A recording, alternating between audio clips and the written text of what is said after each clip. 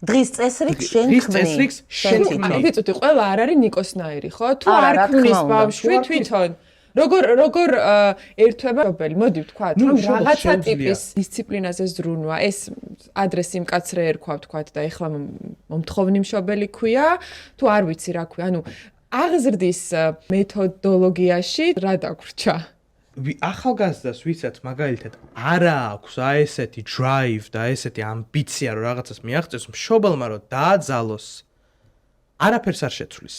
ამ ახალგაზრდამ თვითონ უნდა იპოვოს ეს ამბიცია. მე მინახავს რომ მშობლის რაღაცით ასეთ შეგონებით თუ გარკვეული აი ამ გზის გაკვალვაში დახმარებით ძალიან ბევრი წარმატებული ადამიანი გვყავს. ყველას არ აქვს უნარი რომ იყოს შენაირი აი ესეთი მიზანსწრაფული და ასე ვთქვათ შენაირი ჩამოყალიბებული ხო ცხოვრების პაში. მე ყველას აქვს ამის უნარი, ყველას აქვს ამის პოტენციალი.